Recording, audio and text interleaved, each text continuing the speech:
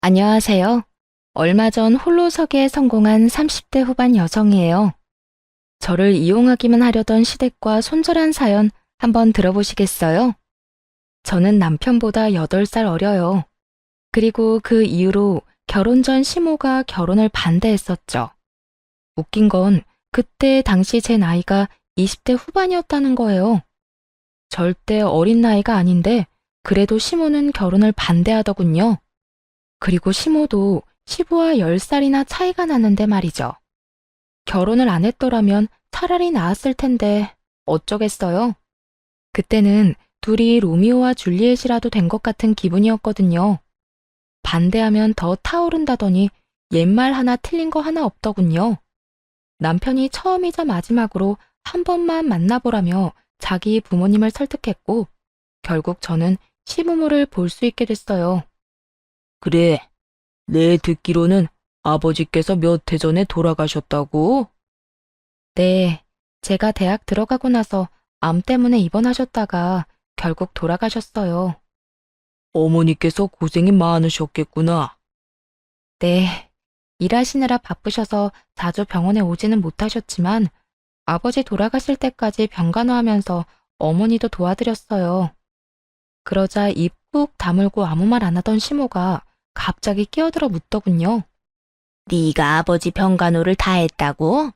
암이라고 해도 연명 치료로 꽤 오랫동안 병원에 계셨을 텐데 얼마 동안 병간호 해드린 거야? 2년 반 정도요. 어머나, 긴 병에 효자 없다는데 어떻게 그렇게 오랫동안 간병을? 너무 어려서 걱정했더니 다 큰 어른이었네. 어린 아가씨가 어른 공경할 줄도 알고 참 기특해. 그런 것도 모르고 나는 여태까지 철없는 어린애라고만 생각했어. 앞으로 자주 놀러 와요. 이렇게 참한 아가씨라면 괜찮겠네. 이야기를 나누는 사이에 시모는 급격히 태도를 변경한 느낌이었어요. 친정아버지 병시중을 오래 들었다는 말에 어른을 잘 모시는 것처럼 보였나 봐요. 아버지 아프셨을 때는 제가 대학생이라 시간이 많이 남았었거든요. 그리고 저 말고 시간 뺄 수 있는 사람도 없었고요. 만약 일하고 있었다면 병간호를 못 해드렸을 수도 있겠죠. 그렇지만 그 일을 통해 시모에게 인정받게 되어 잘 됐다고 생각했어요. 그렇게 가까스로 시댁의 인정을 받고 당당히 결혼을 할 수 있었죠. 시모의 결혼식 낙에 어떤 꿍꿍이가 숨어 있다는 것도 모르고요. 그때는 그저 어른들 잘 모시면 되겠지 하며 편하게 생각했던 것 같아요. 그렇게 결혼을 하고 나이가 많은 남편 때문에 이세를 좀 빠르게 갖기로 했어요. 그런데 생각보다 자연 임신이 잘 안 되더군요. 제 나이가 많은 편이 아닌데 임신이 잘 안 되니 가족들은 걱정하기 시작했어요. 게다가 결혼 후 3년 차에 난임병원을 찾으려고 했는데 그 계획도 무산돼 버렸어요. 시부가 뇌졸중으로 쓰러졌다는 연락을 받았거든요. 산부인과 예약을 취소하고 급히 시부가 있는 병원으로 달려갔죠. 남편은 의사와 간호사에게 붙들려 시부 상태에 대한 이야기를 듣고 있었어요. 그러던 중 시모가 다가와서 그러더군요. 아가, 네 시아버지 뇌졸중으로 실려온 거야. 당분간 입원해 있어야 하고 병원에서 통합 간병인지 뭔지를 해준다는데 네 시아버지가 워낙 깔끔한 성미잖니. 바로바로 원하는 거 안 해주면 짜증내고 기분도 많이 안 좋아질 텐데 걱정이다. 나는 늙어서 힘도 없고 아는 것도 없으니 의지가 안 될 거고. 그러니 네가 시아버지 병수발 좀 들 수 있겠니? 아버님 태어나시고 나서요? 아니, 태어나려면 아직 한참 멀었어. 그 전에 병원에서 돌봐줄 사람이 필요해. 더 할 필요는 없고 딱 네 아버지 병간호했던 것만큼만 하면 돼. 아, 그러면 일 끝나고 와서 저녁에 봐드리면 될까요? 저녁에? 제대로 병간호하려면 일 그만둬야지. 저녁에만 필요한 거면 뭐하러 너한테 부탁하겠니? 그러니까 잘 좀 부탁한다. 네가 해본 적 있다니 이렇게 부탁하는 거야. 일을 그만두라고요? 그건 남편이랑 상의해봐야 할 것 같아요. 저희 결혼하면서 집 산다고 지금 대출금도 많이 남았고요. 당장 일을 그만두면 수입이 확 줄어서 큰일인데. 예, 네 남편이 그 정도 능력도 없겠니? 아버지가 아픈데 돈 때문에 뭐라 하진 않겠지. 그럼 일 언제부터 그만둘지 알아보고 연락다오. 최대한 빨리 그만두고 간호 좀 해드려. 벌써부터 짜증을 내서 큰일이야. 시모는 제가 무조건 병수발을 들 거라는 생각을 하고 있더군요. 마음이 참 착잡했어요. 애를 가지려면 병원을 꼬박꼬박 다녀야 하는데 시부 병수발을 들라니. 매일매일 병수발을 들다 보면 2세 계획은 무산되고 애 없이 몇 년을 더 있어야 할 테니까요. 게다가 중간에 애가 생겨도 문제였죠. 임신했다고 병수발을 들게 하지 않으리라는 보장도 없잖아요. 혼자 아무리 고민해봐야 답은 안 나오니 일단 남편에게 말해보기로 했어요. 오빠, 어머님이 나더러 아버님 병간호하래. 내가 경험이 있으니까 부탁하신 것 같은데 우리 2세 계획은 좀 미뤄질 것 같은데 괜찮아? 괜찮지. 근데 정말로 아버지 병간호 해주려고? 너무 고맙다 진짜. 이렇게 착한 와이프 얻은 것도 복이지. 엄마는 나한테 고마워야 한다니까. 요즘 세상에 누가 시아버지 간병을 해? 근데 어머님께서 일 그만두고 아버님 병수발 들라고 하셔. 둘이 벌어도 생활비 많이 빠듯한데 어머님은 하루 종일 봐주길 원하시더라고. 뭐? 네가 일을 왜 그만둬? 저녁에만 병원에 가면 되지. 엄만 도대체 무슨 생각이신 거야? 일 그만두는 건 안 돼. 지금 들어가는 돈이 얼만데. 우리 결혼할 때 쓴 돈도 빨리 갚아야 한다고. 그럼 어떻게 할까? 그냥 저녁에만 돌봐드려도 되겠어? 그런데 어머님이 그렇게 말씀하셨으니 오빠가 대신 이야기 좀 해줘. 내가 이야기하면 변명처럼 들리고 하기 싫어하는 것처럼 보이잖아. 그럼 내가 나중에 엄마한테 말해놓을게. 너 일 그만두면 안 된다고. 솔직히 출산휴가나 육아휴직은 나라에서 돈이라도 좀 나온다지만 간병은 아닌데. 내 말대로 해. 그리고 집 산다고 대출을 얼마나 당겼었는지 엄마도 알면서. 너 일 그만두면 이 오빠 진짜 말라 비틀어질지도 몰라. 그럼 오빠가 꼭 좀 말씀드려줘. 나도 일해야 해서 하루 종일 봐드리기는 어렵다고. 그럼 그렇게 알고 저녁에만 아버님 병간호 해드릴게. 그래.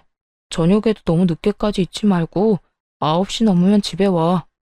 어차피 그 시간 넘도록 남아있는 사람도 없을걸? 그렇게 남편과 대화를 하고 한결 홀가분해진 마음으로 시부의 병실을 찾아갔어요. 그리고 시모에게 말했죠. 어머님, 오빠한테 혹시 연락 받으셨어요? 무슨 연락? 나는 연락받은 거 없는데. 왜? 무슨 일 있니? 무슨 일이 있는 건 아니고요. 아버님 병간호에 대해 이야기했더니 일은 그만두지 말라고 했거든요. 오빠가 직접 말씀드린다고 했는데 많이 바빠서 연락을 아직 못 드렸나 봐요. 그렇게 이야기하자 시모가 저를 보며 눈알을 막 부라리더군요. 내가 일 그만두라고 한 거 못 들었어? 저녁에만 잠깐 돌보는 거면 내가 하지 왜 너한테 부탁하겠어? 애들 생각하는 것 좀 봐. 어떻게 시아버지 아프고 힘들어하는데 돈 때문에 간호를 못하겠다고 해? 너 혹시 네 아버지 간호할 때도 이런 식이었니? 눈 가리고 아웅하고 막 이랬어? 그런 게 아니라 집 대출금 갚는 것도 그렇고 혼자 일하기는 너무 힘들다면서 오빠가 저더러 일은 무조건 하라고 하더라고요. 제 몸이 하나인데 모두의 말을 들을 수는 없잖아요. 넌 그 정도도 남편한테 말 못하니? 네가 먼저 일 그만두고 병간호하겠다고 했으면 아들이 좋아하면서 하라고 했겠지.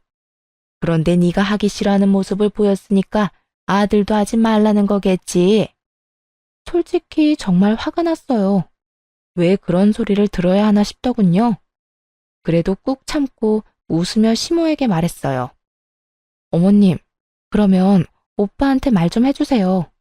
오빠가 제 말은 안 듣더라고요. 지금 전화해서 이야기해 주시면 될 것 같아요. 내가 왜 그런 말을 해? 네가 남편 설득해서 일 그만두고 여기 와야지. 내 아들이랑 이야기해야 하는 건 너야. 가만 보니 얘가 아들이랑 내 사이를 이간질시키려고 하네. 대체 뭐가 이간질이라는 건지 정말 묻고 싶더라고요. 그 나이를 먹도록 이간질의 뜻도 모르나 봐요. 둘의 바람을 동시에 들어줄 수가 없어서 얘기 좀 해보라는 게 어떻게 이간질인지.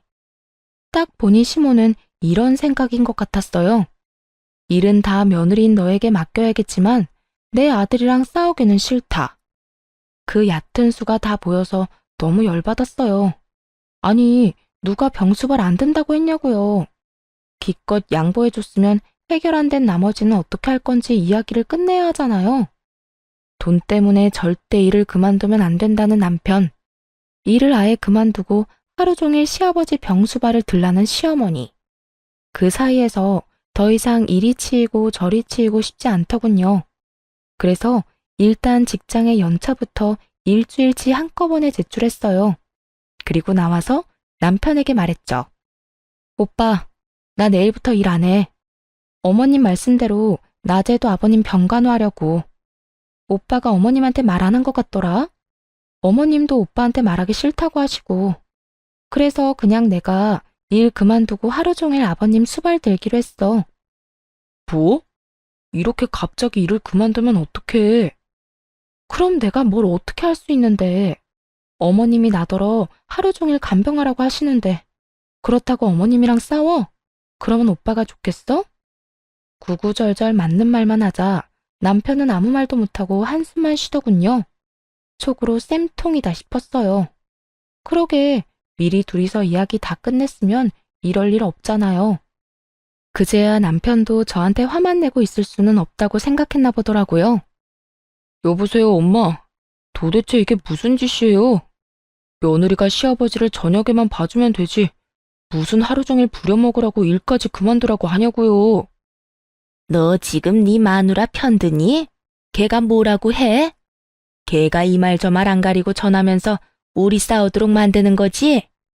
도대체 무슨 소리 하시는 거예요? 엄마가 일 그만두라고 윽박질렀다면서요. 그러니 와이프가 결국 그대로 했다잖아요. 온종일 며느리 공짜로 부려먹을 생각이면 차라리 간병인 사서 쓰세요. 아버지 앞으로 보험 나오는 것도 있잖아요. 와이프한테 한 달 월급만큼 안 줄 거면 일 시킬 생각도 말고요. 얘는 너희 아버지 앞으로 나오는 돈을 왜 그런 데다 쓰니? 아버지 아파서 또 목돈 들면 어떡하려고. 집안에 노동력이 있으면 써야지 왜 아껴? 너 능력 없니? 혼자 벌어서 살림 꾸릴 만큼의 능력도 안 돼? 제가 결혼할 때 뭐 부모 덕이라도 봤어요? 저한테서 능력 찾지 말고 엄마나 잘해요. 아빠는 엄마 남편인데 엄마가 알아서 책임지고 수발 드는 게 맞지. 일하는 며느리 직장까지 관두게 하고서 이러는 건 아니죠. 겉으로는 남편이 저를 위하는 것 같았지만 사실은 아니라는 걸 잘 알고 있었어요. 생활비가 줄면 자기 용돈도 줄 테니 그게 걱정돼서 싸워주는 거였죠. 어쨌든 손 안 대고 코 푸는 기분으로 두 사람이 싸우는 거나 잘 듣고 있었어요. 네가 이렇게까지 말이 안 통하는 인간인지 처음 알았네. 어떻게 네 아버지가 아픈데 생판 모르는 남을 간병인으로 쓰라고 할 수가 있어? 그것도 아버지 보험금으로. 아버지가 아플 때를 대비해서 들어놓은 보험이잖아요.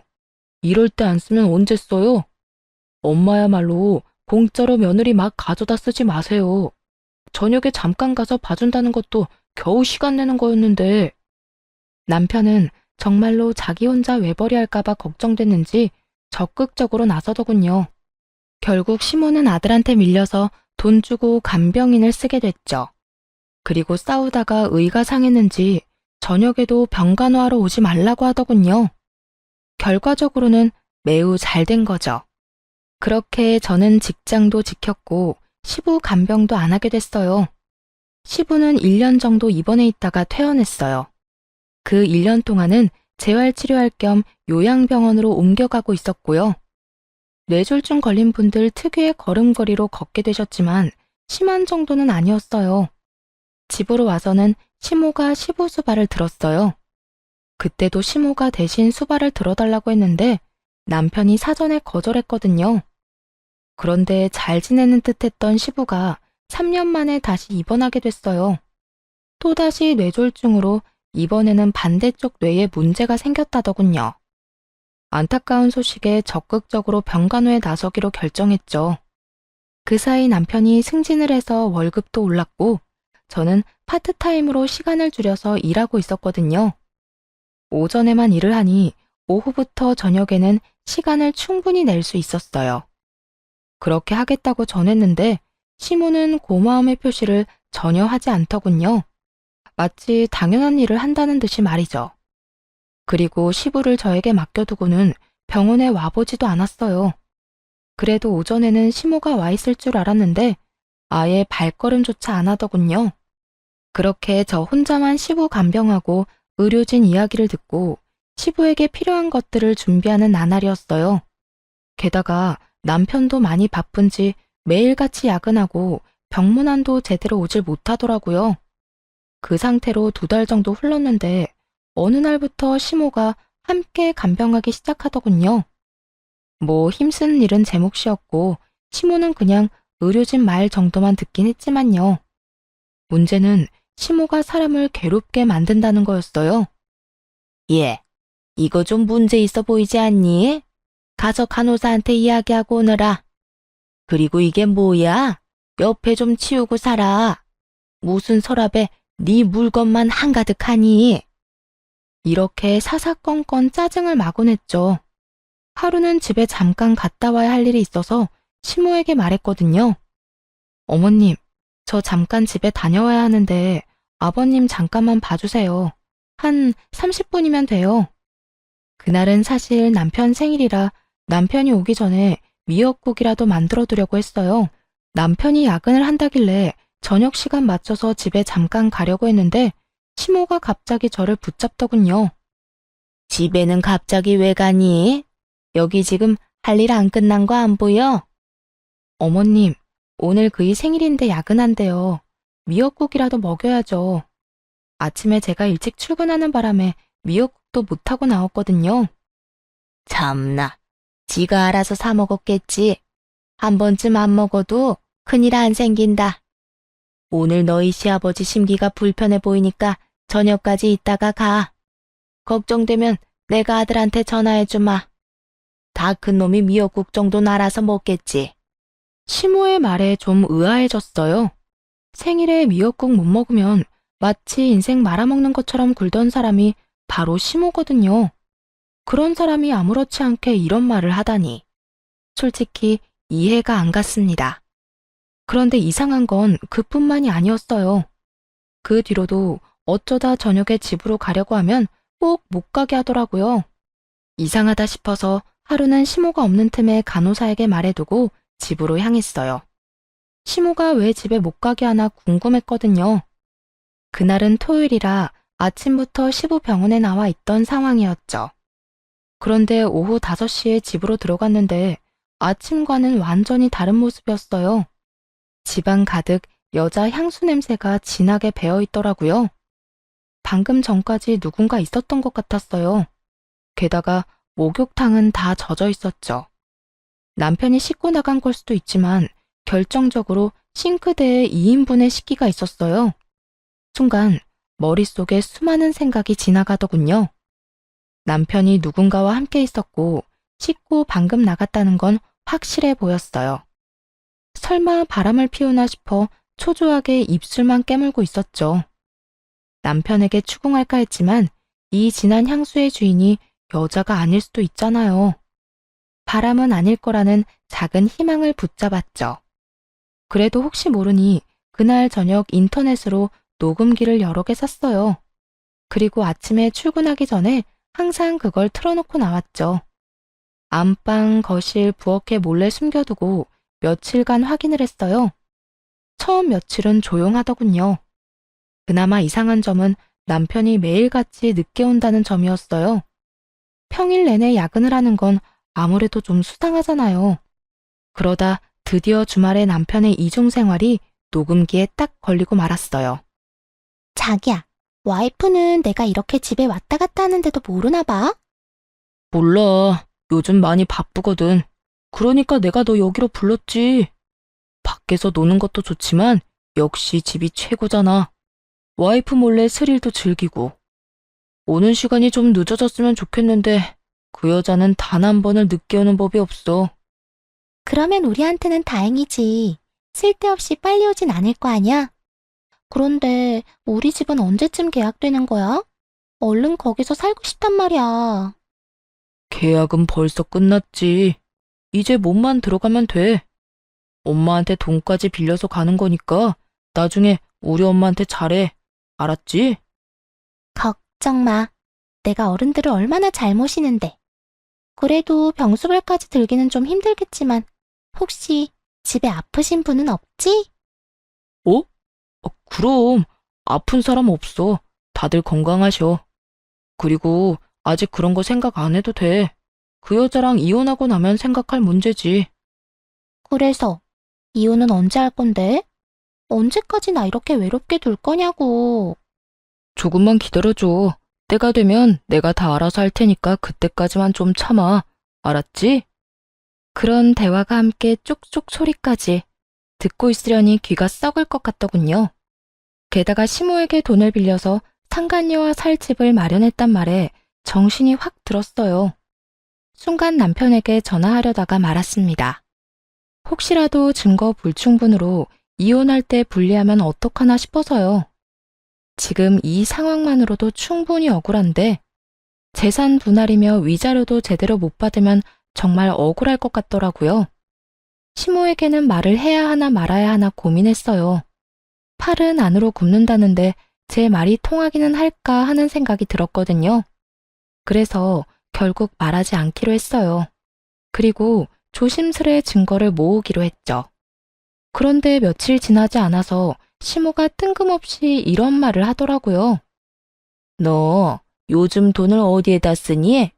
내가 보니까 돈 쓸 곳이 없어 보이는데 왜 집에 돈이 없다고 했어? 네? 그게 무슨 말씀이세요?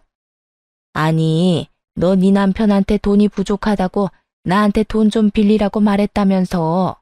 설마 시아버지 병수발 하는데 돈 안 줬다고 그러는 건 아니지? 그렇게 말하며 시모가 눈을 새초롬하게 떠 흘겨보더군요. 그제야 남편과 상간녀가 나눈 대화가 떠올랐어요. 시모에게 돈을 받아 둘이서 살 집을 샀다는 그 대화 말이에요. 그러자 저도 모르게 화가 확 치밀었죠. 너 남의 돈 그렇게 함부로 가져가는 거 아니다. 가족끼리 이런 말 하긴 좀 그런데 매달 꼬박꼬박 갚아줬으면 좋겠어. 아들이 나중에 한꺼번에 갚아준다고 했는데 그게 마음처럼 되겠니? 차라리 매달 조금씩이라도 돌려받는 게 마음 편하지. 혹시 돈이 없으면 친정에서 빌려서라도 갚아라. 알았니? 그 말을 듣는데 진짜 한 소리 퍼붓고 싶더라고요. 내가 그걸 왜 갚냐고요. 지금 바람난 남편놈 두고 시부 병수발 들고 있는 이 현실만으로도 열받아 죽겠는데 솔직히 이때는 증거고 뭐고 다 때려치우고 떠나고 싶은 마음뿐이었어요. 꾹 참은 보람이 있는지 남편 뒷조사를 통해 분류는 제대로 잡을 수 있었어요. 상간녀는 같은 회사 직원이었더라고요. 그런데 녹음기에 남겨진 남편과 시모의 대화가 정말 충격적이었어요. 야, 너 이제 나한테 네 마누라 잡아두라고 시키지 마라. 그년이 눈치가 빨라서 이제 둘러댈 것도 없어. 엄마, 조금만 더 부탁해요. 조금 있으면 나도 그런 부탁할 일 없어요. 아니 근데 진짜로 너 안 들킨 거 맞니? 요새 걔 표정이 안 좋던데. 너 바람난 거 들키면 네 마누라가 시아버지 간호한다고 하겠어? 지금 당장 때려치우고 나가겠지.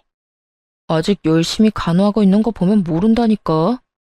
어차피 아버지 돌아가시면 그 여자 필요도 없어질 텐데 그때 돼서 이혼하자고 하면 지가 뭐 어쩌겠어요. 그러니까 좀만 참아요. 엄마도 편하고 좋잖아. 두 사람이 같이 짠 거였더라고요. 남편 놈은 외도 숨기려고 시모 이용했고 시모는 시부 간병 안 하려고 남편 도와 저를 붙잡아 둔 거고 둘 다 그나물의 그 밥처럼 폭삭 상한 인간들이었죠. 며칠 후 남편에게 아무 이유도 되지 않고 이혼하자고 말했죠. 증거를 들고 있으면서도 상간녀 이야기는 꺼내지도 않았어요. 왜냐고요? 그래야 남편놈도 뒤통수 맞은 제 기분에 반이라도 느낄 테니까요. 갑자기 무슨 이혼이야? 왜 그러는데? 아버지 병수발 드는 게 힘들어? 그러면 이달까지만 하고 그만둬도 돼.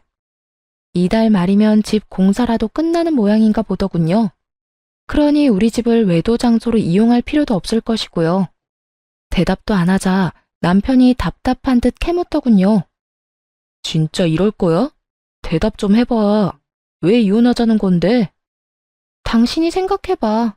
내가 왜 이혼하고 싶은 건지. 그렇게 말하니 더 미칠 것 같았나 봐요. 그러거나 말거나 남편 놈은 놔두고 그 다음날 바로 변호사 선임부터 했어요. 그리고 이혼 소송을 진행하기로 했죠. 변호사 선임한 날부터 당연히 시부 병간호는 하러 가지 않았어요.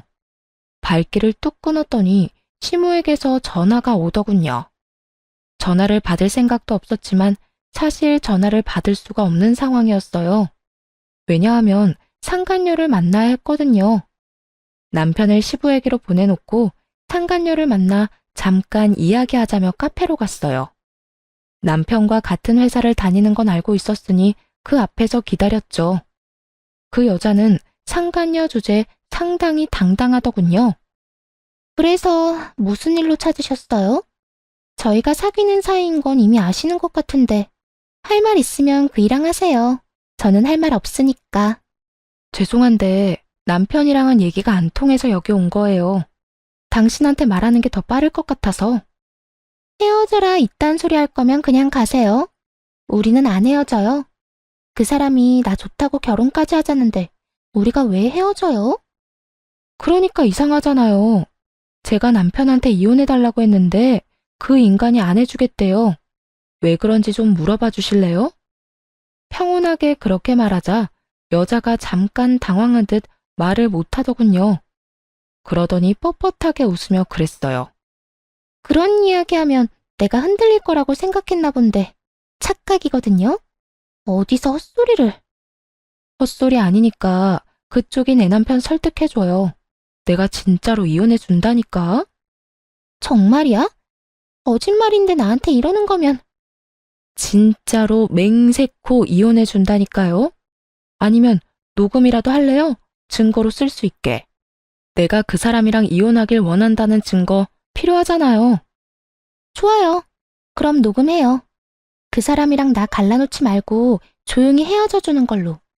솔직히 우리가 떳떳한 사이는 아니지만 그렇다고 사랑도 안 하는 그쪽이랑 계속 사는 건 또 아니잖아요. 서로 좋아하는 사람이랑 살아야지. 그러니까요. 살다 남편 불륜으로 이혼하게 될 줄은 상상도 못했네. 어쨌든 그쪽이 당장 이혼할 수 있도록 남편 설득 한번 시켜줘 봐요. 멍청한 상간녀는 그렇게 제 앞에서 남편에게 전화를 했어요. 스스로 불륜했음을 시인하는 내용을 잔뜩 녹음해놓고 말이죠. 자기야, 와이프랑 언제 이혼하는 거야? 빨리 이혼하고 우리 같이 살면 안 돼? 갑자기 또 왜 그래? 내가 때가 되면 말한다고 얘기했잖아. 그것도 못 기다려? 우리 애기가 왜 또 마음이 조급해졌지? 이제 당신 집도 생겼는데. 그때가 언젠데. 혹시 이미 이혼하자는 얘기 나온 거 아니야? 상대방이 먼저 이혼하자고 하면 무조건 이혼해. 알았지? 아니, 근데 도대체 무슨 때를 기다린다는 거야. 어쨌든 그런 게 있어. 와이프랑 나는 법적으로 얽힌 사이니까 마구잡이로 이혼할 수는 없다고. 최대한 내가 손해를 덜 보는 쪽으로 이혼을 해야 될 거 아니야. 그래야 자기랑 결혼할 때 더 도움이 되지. 자기가 손해를 덜 보는 게 뭔데? 지금 사는 집도 자기 거라서 이혼해도 재산 분할 거의 안 한다고 얘기하지 않았어? 상간녀의 마음을 얻기 위해서인지 남편이 거짓말을 야무지게도 했더군요. 그 집 살 때 제가 보탠 돈이 얼만데. 게다가 제 월급으로 생활비 충당해놓고 저런 말 하는 거 보니 진짜 역겨웠어요. 이혼 이야기 잘 꺼냈다 싶더라고요. 남편은 시부가 죽고 나서 제가 필요 없어지면 이혼하고 싶었던 것 같아요. 시부가 아프다는 사실을 상간녀가 모르고 있는 걸 보면 틀림없었죠. 어쨌든 두 번 다시 그 얘기 꺼내지 마. 나 안 그래도 지금 힘들고 바쁘다고. 자기도 이러면 내가 얼마나 더 힘들겠어? 이렇게 떽떽거리고 쪼아대는 거 와이프만으로도 좋게. 그러니까 조금만 더 기다려. 알았지? 상간녀의 마음을 아는지 모르는지 남편놈은 당장은 이혼 못한다고 못 박았어요. 상간녀는 그런 남편의 단호함에 열받았는지 끈질기게 물고 늘어지더군요. 그 모습을 보는데 솔직히 너무 웃겼어요. 남편은 이혼하지 않겠다고 하고 상간녀는 이혼하라고 닥달하는 상황이잖아요. 결국 상간녀는 남편에게 원하는 답도 못 듣고 전화를 끊어야 했죠. 카페에서 나오려는데 제 핸드폰이 또 울리더군요. 발신인을 확인해보니 역시나 시모였어요. 상간녀와의 용건도 끝났겠다 전화를 받았죠. 너 왜 안 오니? 오늘 내가 얼마나 중요한 약속이 있었는데. 너 때문에 지금 약속 깨고 혼자 병실 지키는 중이다. 어떻게 이렇게 생각이 없을 수가 있어? 못 오면 연락을 하든지. 지금 가는 길이에요. 가서 말씀드릴게요. 딱 그 말만 하고 전화를 끊고서 시부가 있는 병원으로 향했어요. 병실에 들어갔더니 시모가 미친 듯이 화를 내더군요. 야, 너 그따위로밖에 말을 못해? 뭐, 지금 가는 길이에요? 가서 말씀드릴게요? 어떻게 그런 말을 해, 건방지게. 와서 죄송하다. 무슨 일 때문에 늦었다. 그러고 무릎 꿇고 사과해야 되는 거 아니야? 시모가 앞에서 뭐라고 떠들든 귓등으로도 안 듣고 할 일만 했어요. 바로 제 짐을 챙기는 일이요. 시부 병간호를 더 이상 할 필요는 없잖아요. 이미 이혼하자고 남편한테 이야기했는데 말이죠. 시모도 그제야 뭔가 이상하게 느껴졌는지 이내 조용히 눈치를 살피기 시작했어요.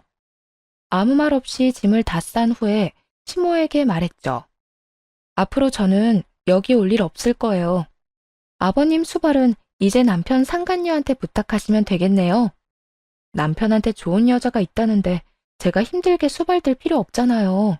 안 그래요? 그렇게 말하자 시모가 깜짝 놀랐는지 아무 말도 못하고 눈을 피하더군요. 그런 시모에게 한마디 더 해줬어요. 어머님도 참 고생하셨어요. 여태까지 아들 바람 피우는 거 도와주시느라. 이제 저희 이혼하고 나면 그런 짓은 안 하셔도 되니까 좋겠네요. 신경 쓸 일이 하나 줄잖아요. 네가 무슨 말을 하는 건지 난 잘 모르겠구나. 그런데 너희 이혼하기로 했니? 나한테 빌려간 돈은 어떡하고? 그 돈 갚기 전에는 이혼 못한다. 다시 돌려줄 때까지 절대로 허락 못해. 아, 그 돈이요? 남편이 어디 썼는지 잘 알 거예요. 저도 들은 적만 있는데 아마 상간녀 집 사주는 데 썼을걸요? 그러니까 돈 받고 싶으시면 상간녀한테 가서 달라고 하세요. 원하시면 제 금융기록 다 까봐도 상관없고요. 그 이야기를 듣자마자 시모가 노발대발 하더군요. 미친놈이 그 돈을 상간녀한테 줬다고? 나한테는 분명히 네가 필요해서 가져간다고 했는데. 그러더니 곧바로 남편에게 전화를 하더군요. 너 어디야? 당장 네 아버지 병원으로 튀어와. 왜 그래요? 안 그래도 병원 앞이에요. 연락을 안 받았더니 남편도 마침 이 병원으로 저를 찾으러 왔더군요.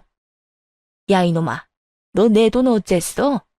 그 돈 상간녀한테 줬다는 게 진짜야? 너 그년한테 얼마나 줬어? 엄마, 미쳤어? 갑자기 무슨 상관녀야? 와이프가 오해하잖아요. 무슨 착각하고 그런 말 하는지 모르겠는데 그만 좀 해요. 시모의 말에 남편놈이 기겁을 하며 자기를 두들겨대는 시모를 떼어내더군요. 이제 와서 네 마누라한테 들킬까봐 걱정이냐? 이놈아, 이미 다 알고 있어. 네 상간녀가 내 돈 가져간 것까지 알고 있더라. 너 도대체 뭐 하고 다닌 거야? 내 돈 받을 수 있는 건 맞아? 그러자 시모보다 더 절박한 표정으로 남편이 저를 바라보며 말했어요. 여보, 아니야. 당신이 오해하고 있는 거야.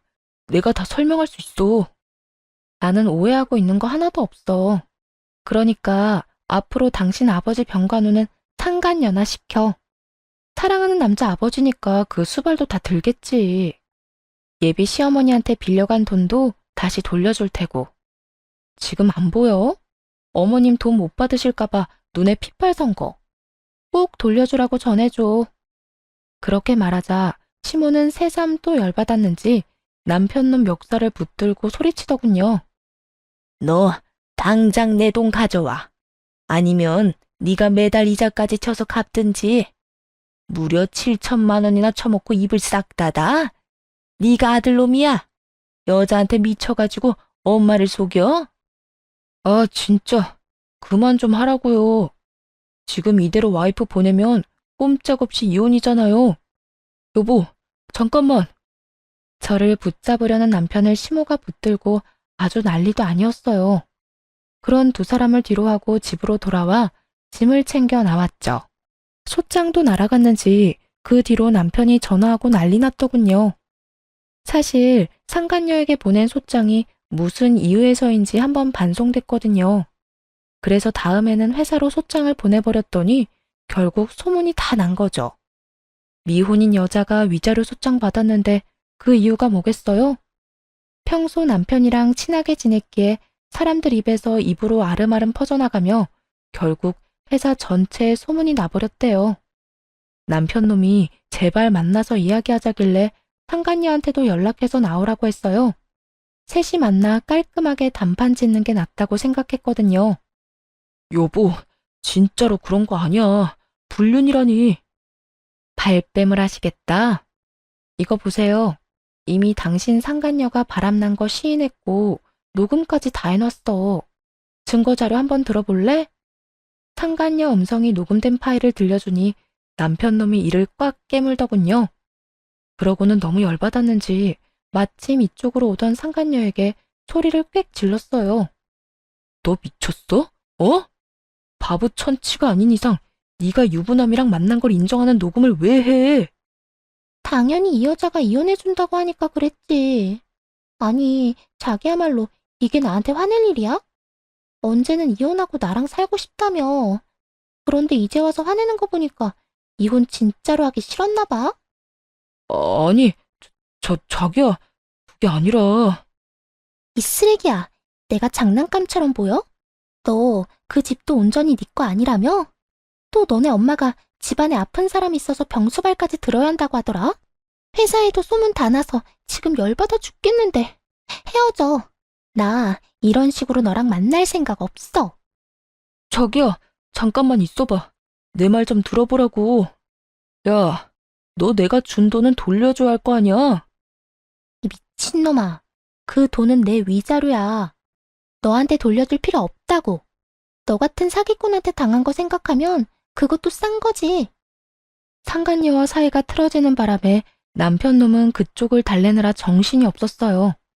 하긴 저하고는 이미 법적으로 정리가 되어가고 있었으니까요. 남편 입장에서는 저쪽이라도 건져야 자기 살구멍이 보이지 않았겠어요? 그렇게 저와 남편은 이혼하게 됐어요. 당연히 남편의 불륜, 시부를 모시던 제 상황 등이 참작되어 제게 유리하게 끝났죠. 그런데 판결이 나고 전 시모가 친정까지 저를 찾아왔더군요.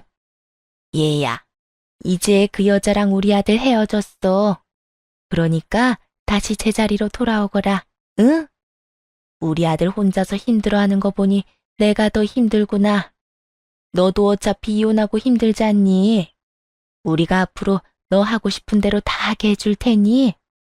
아주머니, 저는 다시 돌아갈 생각 추호도 없어요. 두 사람이 한 행동이 괘씸해서 싫어요.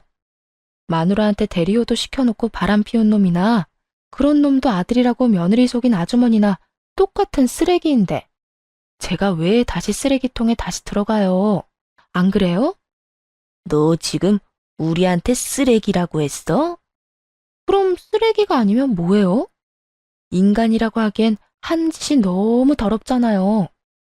저한테 이런 취급 계속 받고 싶은 거 아니면 앞으로 찾아오지 마세요. 결국 전 시모는 좋은 소리 하나도 못 듣고 쫓겨나듯 나갔어요. 정말 괘씸하기 짝이 없었어요. 사람을 한껏 기만해놓고 이제 와서 다시 돌아오라뇨? 제대로 용서를 구한 적도 없으면서 그저 자기들이 힘들어서 찾아왔으면서 이혼하고 나서 전 남편이 힘든 상황에 처한 건 맞아요. 아니, 자기가 뿌린 대로 거둔 상황이죠.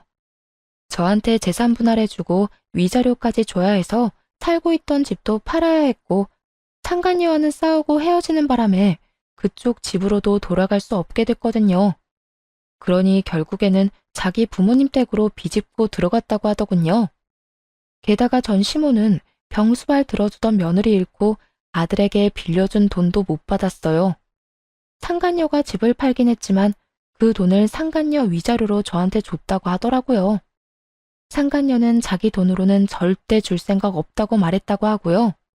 전 남편에게는 그게 말도 안 되는 일이었나 봐요. 헤어졌으니까 상간녀 위자료는 네가 내라며 상간녀를 엄청 쫓아다녔다고 하더군요. 그렇게 죽고 못 살 것처럼 사랑하더니 한순간에 죽일 것 같은 원수지간이 된 게 웃기지도 않았어요. 저딴 가벼운 사랑 때문에 제 인생이 망가지다니 조금 씁쓸하기도 했어요.